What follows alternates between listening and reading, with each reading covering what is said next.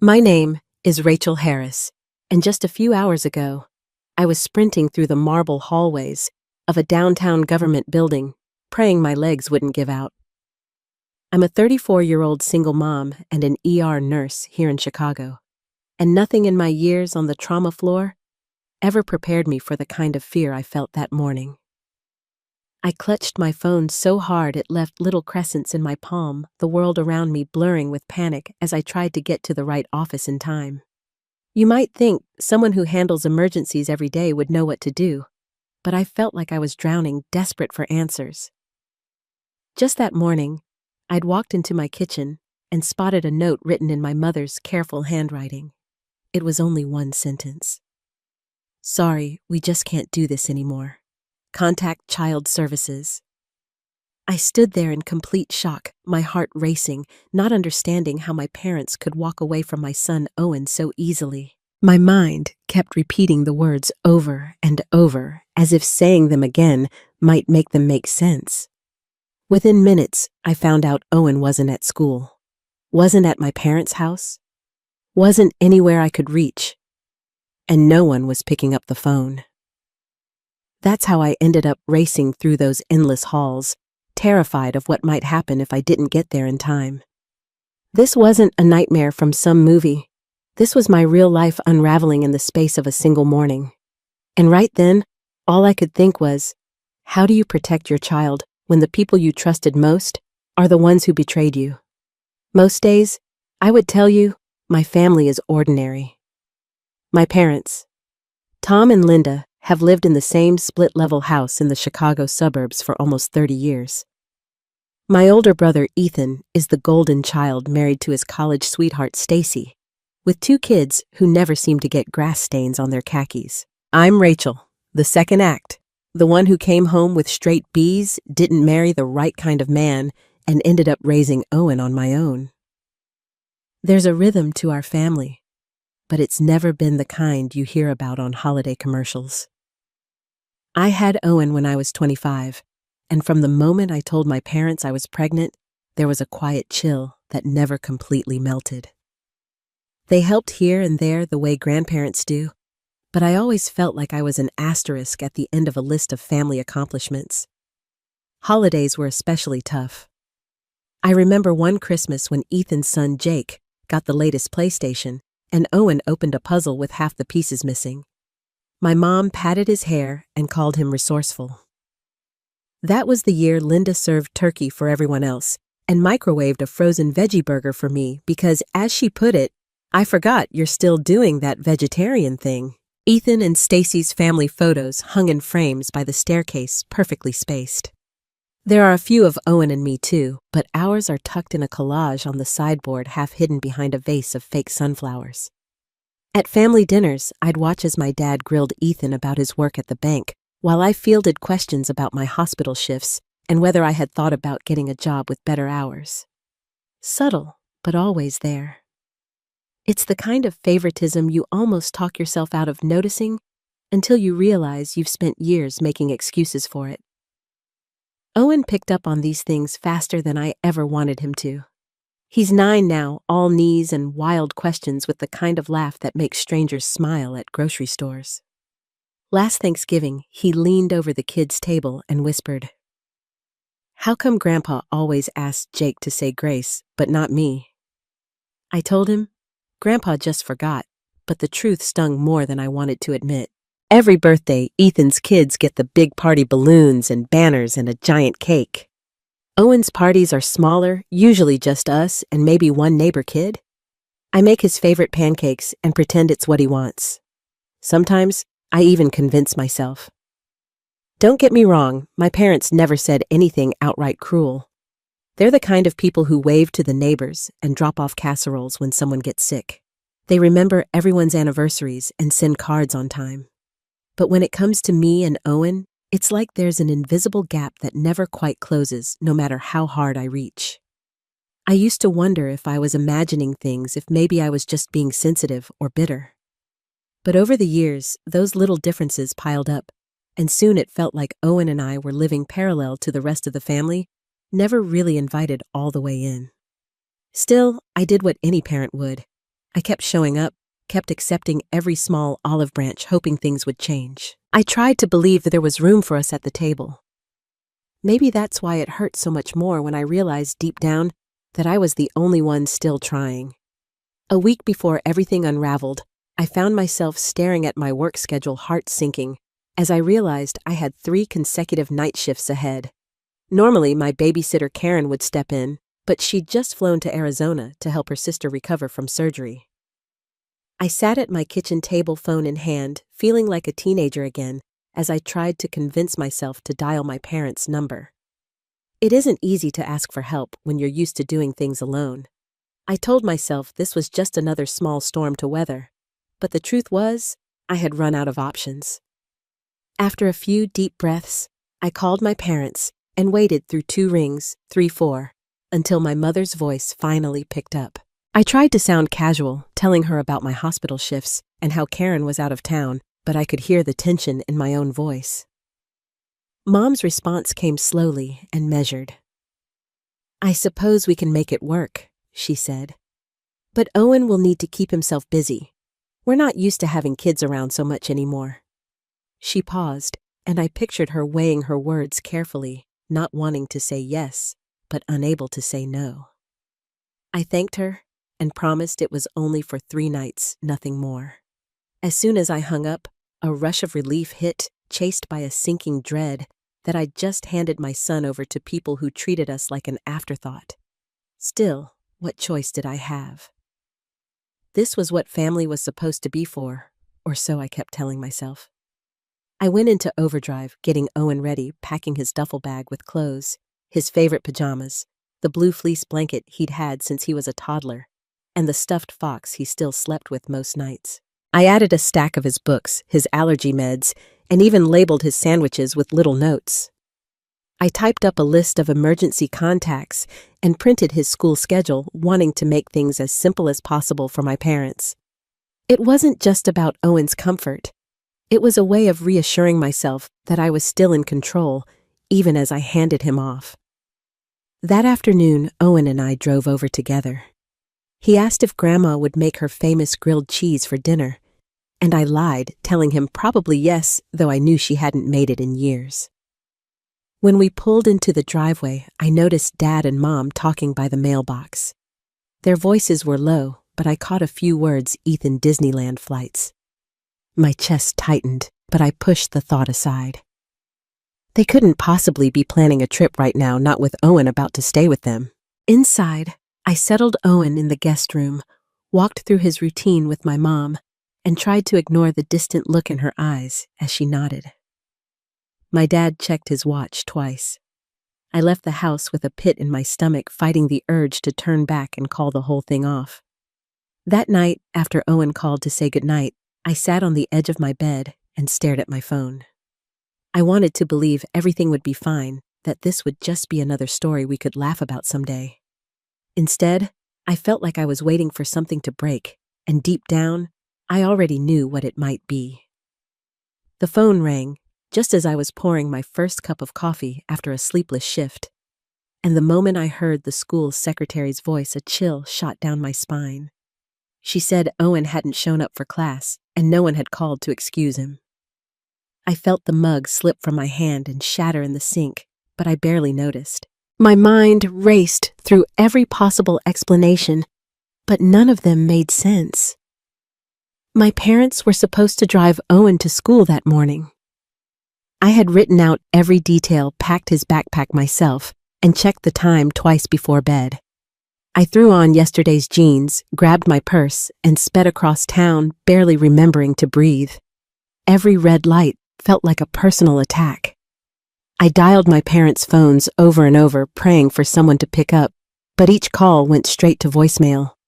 When I pulled into their driveway, both cars were gone. The blinds in the living room were closed. I banged on the door, yelling for Owen, my voice cracking. No answer. I fumbled for my spare key, hands shaking so badly I dropped it twice before finally opening the door. The house felt colder than I remembered, empty in a way that didn't make sense. On the kitchen table sat a single envelope, my name written in my mother's familiar script. I tore it open. Inside was one line. "Sorry, we just can't do this anymore. Contact child services." My breath caught in my chest, everything going strangely silent as the truth slammed into me. I dropped into a kitchen chair, the note fluttering to the floor, and tried to force myself to think. My son was gone. My parents had disappeared. I stared at the emergency contact list I'd printed for them, suddenly useless in my hands. With numb fingers, I dialed Child Protective Services, stumbling over my words as I tried to explain who I was and what had happened. The woman on the other end sounded tired, almost mechanical. She put me on hold, transferred me, and asked me to repeat everything. I wanted to scream at her to hurry. Finally, she confirmed that Owen had been placed with an emergency foster family the night before. My legs nearly gave out. I pressed the phone to my ear, shaking, as I begged her for an address for any way to see my son. In that moment, I realized I'd lost all control. My parents, the people who were supposed to love us, had vanished and left us behind. All I could do was fight to get Owen back, even as my own heart was breaking. The next few hours felt like wading through concrete, every call and form another wall between me and Owen. The first person I spoke to at Child Protective Services asked for my ID, my relationship to Owen, details about custody, and even my work schedule. I answered every question, voice shaking, feeling more like a suspect than a mother searching for her child. I could hear my own panic rising with every delay. Each time I explained that Owen's grandparents were only supposed to watch him for 3 nights, I felt the shame burning in my chest. They wanted copies of legal documents, proof of address, and confirmation from the school. I sent blurry pictures from my phone, emailed hospital pay stubs, anything I could think of that would convince them I was telling the truth. It was humiliating to have to beg for my own son. At one point, a woman on the phone suggested maybe the grandparents had made a difficult choice, and that sometimes children need stability. I wanted to scream. How could anyone look at the facts and see anything but abandonment? When I finally got the address for Owen's temporary foster home, I nearly dropped my keys in my hurry to get out the door. The house was small, with a faded basketball hoop over the garage and plastic toys scattered on the lawn. Mrs. Robinson, the foster mom, answered the door with a gentle, cautious smile, as if she'd already heard too much about my story. She led me through a living room cluttered with kid stuff, where I saw Owen sitting on the couch, hugging his stuffed fox so tight, I thought the seams would split. He looked up, his eyes red and puffy, and ran straight into my arms. For a second, neither of us said anything, just held on to each other while I tried to stop shaking. Then he pulled back and whispered, "Did I do something wrong? Did Grandma and Grandpa not want me anymore?" My heart broke right there, and I tried to tell him it wasn't his fault, that none of this was about him. Owen's face was twisted with confusion and hurt. He asked why they left, if I was coming back for him, and if he would have to stay there forever. I promised him I'd never leave him, even as guilt pressed down on me for ever letting this happen. Every question he asked made my anger burn hotter. I told Mrs. Robinson, "Thank you for taking care of him, and I promised Owen I'd fix this." I held his hand all the way back to the car, swearing to myself I'd never let anyone make him feel that disposable again. That night, after Owen finally drifted off to sleep, I sat at my kitchen table with my phone numb and wide awake. I opened Facebook without thinking, just desperate for any distraction. But there it was. The first post in my feed was a group shot of my parents, Ethan, Stacy, and their 2 kids, grinning in front of the Disneyland castle, everyone in matching shirts. The date stamp hit me like a punch. The photo was posted the same night Owen was dropped off with strangers. My parents stood front and center, holding giant souvenir cups, smiling wider than I'd seen them smile in years. I scrolled down, and the evidence piled up. Selfies on rides, a video of Jake and Emily hugging Mickey, another shot of my parents at a fancy dinner under twinkling lights captioned, "Making memories with the best family ever." Not a mention of Owen, not a word about where their other grandson had gone. At first, I just stared at the screen, my brain refusing to make sense of it. Then anger flared hot and sharp. I realized this had all been planned down to the last detail. They didn't just decide to leave Owen. They bought tickets, packed bags, and scheduled their betrayal right down to the hour. My hands were shaking as I opened a group chat and messaged Ethan and Stacy. I asked how they could go along with this. Didn't anyone stop to think about Owen? My brother didn't answer, but Stacy replied almost immediately. She typed, "You're being overdramatic. It was only a week. The kids needed their grandparents." I wanted to throw my phone across the room. All I could do was sit there stunned and sick, scrolling through photos of people who looked like strangers to me. Every smiling face on my screen was another reminder that Owen and I had never really belonged in their version of family. For a moment, I even caught myself laughing, but the sound was sharp and hollow. I never thought betrayal could be so well documented. For most of my life, I had learned to swallow things to smooth over family drama and keep the peace. But that night changed something deep inside me. I called my friend Sarah, who practiced family law, and for the first time told her everything. She listened without judgment and then told me firmly that what my parents had done was not only cruel, but likely illegal. That was the push I needed. I began screenshotting every post, every message, every photo that put my parents and Ethan at Disneyland the week Owen was abandoned. I kept copies of the note my mother left, printed emails, and saved every text from Stack, brushing off what happened. It was a strange feeling, building a case against people who had once taught me how to ride a bike, but I did it anyway. Some nights, I sat up late scribbling in my journal, trying to make sense of the tangled mess of anger and grief that filled my chest. I wrote about the look on Owen's face in the foster home, the questions he asked, the sound of his voice when he wondered if I would come back for him. I wrote until my hand cramped, pouring out the stories I had hidden for years about being the lesser child, the invisible daughter. It hurt to put everything in black and white, but with every page, I felt a little stronger. I promised myself I would not let this be swept under the rug or hidden behind polite silence. For Owen's sake and for mine, I was done pretending this was normal or forgivable. The pain was still there, but it was different now. It was something I could use. By the time the sun came up, I knew what I had to do.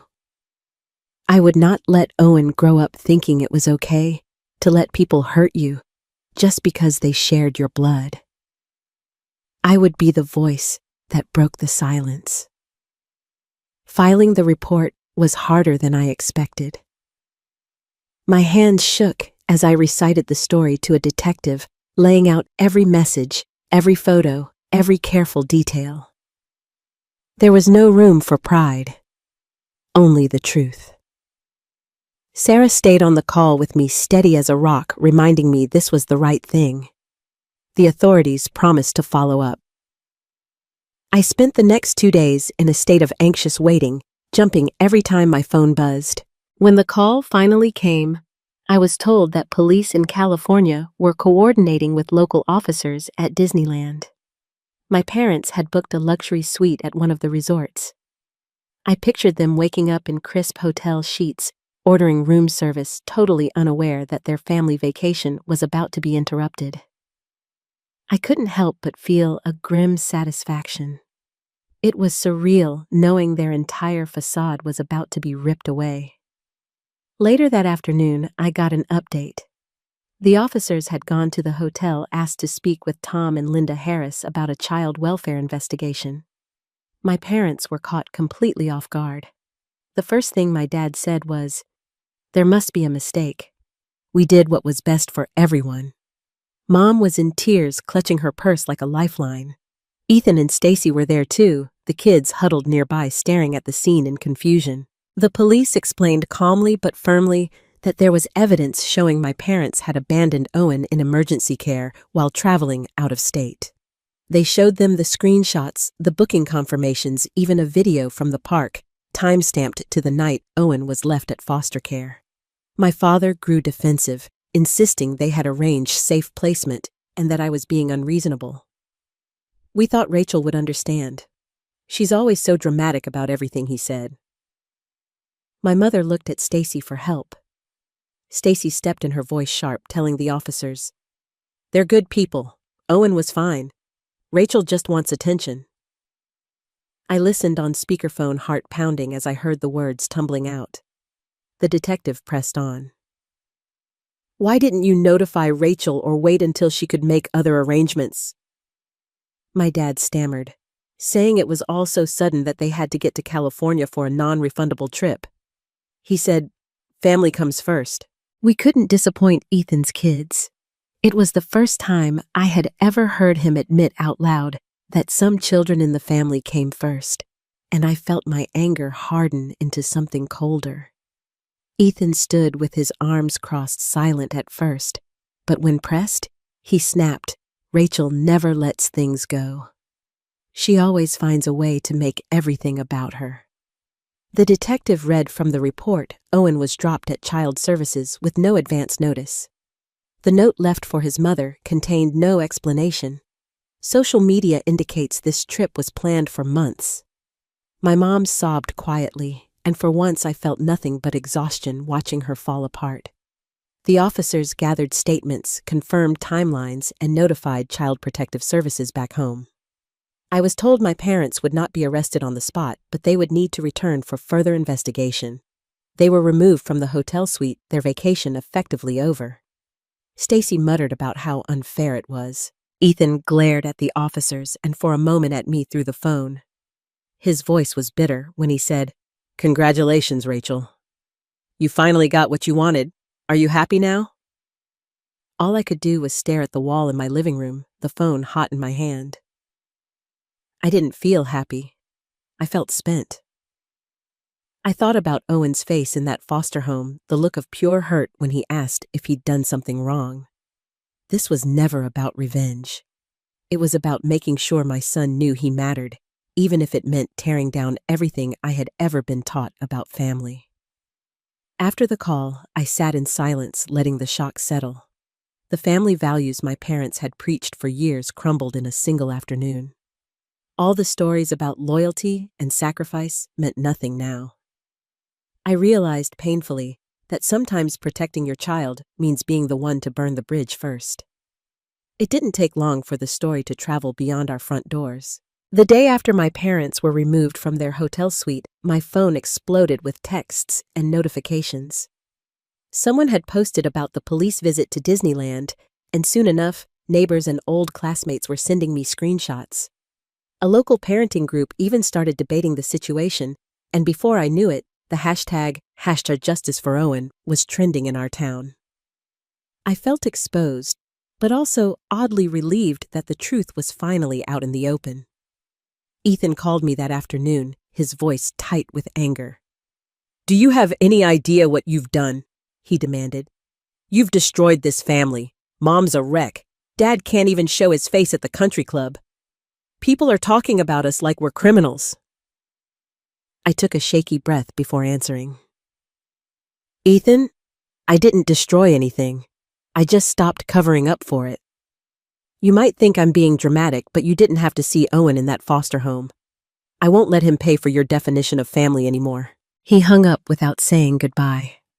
For a moment, I wondered if maybe I had gone too far, if maybe I really was blowing things out of proportion. That feeling didn't last long. My inbox was filled with messages from people I hadn't spoken to in years. My Aunt Jean wrote, "Your mom pulled the same stuff on me when we were kids.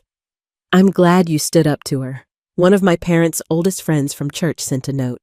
"I always wondered why you and Owen seemed left out. I wish I'd said something sooner." Even Mrs. Williams, the neighbor who once shushed Owen for playing in her yard, stopped by with a plate of cookies and an awkward smile. She said she'd heard what happened and was sorry I had to go through it alone. These small moments of kindness helped me breathe again. For the first time in years, I felt like someone saw the truth behind the family facade. Of course, there were others who didn't understand. A few cousins unfollowed me online, and Stacy posted a long message about family loyalty and keeping private matters private. I didn't respond. I was done apologizing for speaking up. My world was smaller now, but the space felt honest. Owen noticed the change too. At school, one of his friends told him they'd seen his picture online, and he asked me if people thought he was a bad kid. I knelt down and told him that sometimes adults make mistakes, and that standing up for yourself doesn't make you wrong. It just makes you brave. He nodded, and for the first time in weeks, he smiled without sadness behind it. As the days passed, the buzz died down, and our life settled into a new kind of quiet. I kept the doors open to the people who supported us and let the rest drift away. There were still moments of doubt, but every time I remembered that empty house and Owen's face, I knew I'd made the right choice. For the first time, I wasn't carrying my family's secrets alone. The weight was lighter when I let others help me hold it. The weeks that followed were a blur of paperwork, counseling sessions, and tentative steps towards something like normal. I set up weekly appointments for Owen with Dr. Green, a child therapist who was recommended by the school counselor. In the first session, Owen barely spoke. He clung to his stuffed fox and glanced at me every few minutes, as if checking to make sure I was still there. Dr. Green explained that trust would take time and not to rush the process. I nodded, fighting the urge to fill every silence. After work, I found myself leaning more on my co-workers than ever before. The nurses in my unit made a point to check in on me, slipping little notes of encouragement into my locker, or bringing me coffee on the long shifts. My supervisor, Maria, quietly adjusted my schedule so I could make therapy appointments and be home in time for dinner. I didn't ask for special treatment, but it felt like someone had finally seen how close I was to breaking. Owen and I started new traditions, simple things at first. Sunday morning pancakes, just the two of us, became sacred. We made a game of finding the silliest toppings at the grocery store. Some nights, we'd have movie marathons, snuggled under blankets on the couch, pausing every 20 minutes so Owen could ask questions or just be reassured that I was there. I saw the tension in his little shoulders ease a bit every time he laughed. There were setbacks, too. Owen had nightmares more often than before, and sometimes clung to my side at drop-off, afraid I wouldn't come back. I stopped pretending things were fine, and instead named what we were feeling. I told him it was okay to be sad, or scared, or even angry at what happened. Dr. Green encouraged us to draw pictures of our feelings, and soon our fridge was covered in bright, messy artwork that looked nothing like pain, but everything like hope. Holidays changed too. That year, I declined the usual invitation to my parents' house. Instead, I invited friends from work, Mrs. Robinson from the foster home, and even Mrs. Williams next door. We cooked together, played silly board games, and told stories about our most embarrassing moments growing up. Owen's laughter filled the apartment. I realized I'd stopped looking for approval from people who didn't know how to give it. Sometimes, healing looked like walking to the park on a Saturday and letting Owen run wild with new friends, watching him discover that the world could be safe again. Other times, it meant letting myself cry in the shower or talk through the past with Dr. Green, naming the losses I'd carried since childhood. I found comfort in small things. A text from Sarah checking in a drawing Owen made of our little family, or the way Maria patted my shoulder at the end of a tough shift. Bit by bit, I watched Owen come back to himself. He became braver, volunteering to read in class and joining the soccer team, even though he didn't know anyone. He started sleeping through the night more often, and one afternoon he came home waving a certificate for kindest classmate. I hung it on the fridge next to all our crayon pictures and told him I'd never been prouder. I learned that family can be something you build, not just something you're born into. Our chosen family showed up with casseroles, hand-me-down soccer cleats, and open invitations for backyard barbecues. They didn't care about Harris's reputation or old stories. They cared about Owen and me, about what we needed right then. Some days, I missed the idea of what my family could have been. Most days, I was grateful for the messy, imperfect circle of people who had proven their loyalty when it mattered. The pain hadn't disappeared, but it had lost its power. In its place, was something softer and stronger, the quiet certainty that we could keep moving forward together. Eventually, the time came to have the hard conversations that I had put off for months. I sat across from my parents and Ethan in a small room at the family counseling center, a thick folder of paperwork and therapist's notes in my lap. My voice was steady when I told them things had to change. If they wanted any contact with Owen, it would only happen in a supervised setting with a counselor present, and Owen would have the right to walk away at any time. I explained that trust was something they would have to earn back, not something owed by default. There were no arguments from my parents, just the look of people realizing they no longer held all the power. Ethan started to protest, his words tumbling over each other, but I stopped him. I said I wasn't shutting anyone out, but I wouldn't ignore the harm that had been done. If my parents and brother wanted a future with us, they'd have to face what happened and take responsibility. I was tired of excuses and half-hearted apologies. I needed to see real effort, not just words. At our first supervised visit, Owen sat quietly for a long time, his hands twisting in his lap. Finally, he looked up at his grandparents and asked, "Why did you leave me? Did I do something wrong?" My mother cried. My father stared at the floor, and no one spoke for several moments. I let the silence hang. Owen deserved honest answers, and I wasn't going to rescue anyone from their discomfort. When my dad finally apologized, it sounded small and unfamiliar, but at least it was a start. Afterward, Owen told me he felt better for having said the words out loud, even if nothing felt completely fixed. On the drive home, I told him that loving someone didn't mean letting them hurt you, and that it was okay to keep his distance until he felt ready. I realized I was saying it as much for myself as for him. That night, I sat with a cup of tea and watched Owen color at the kitchen table. His shoulders relaxed and peaceful in a way I hadn't seen for a long time. I thought about how much I used to chase after an ideal family, always hoping that if I tried hard enough, I'd finally be included. Now I saw that a real family was built on respect and safety, not just shared last names or memories. We still had a long road ahead, and there were plenty of things that might never be fully healed. But I felt a quiet sense of hope settling over us.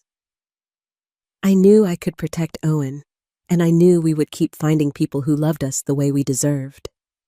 Choosing boundaries and honesty over obligation wasn't easy, but it felt like the truest kind of love I could offer both of us. Looking back on everything, I never imagined that standing up to my own family would be the hardest thing I'd ever do.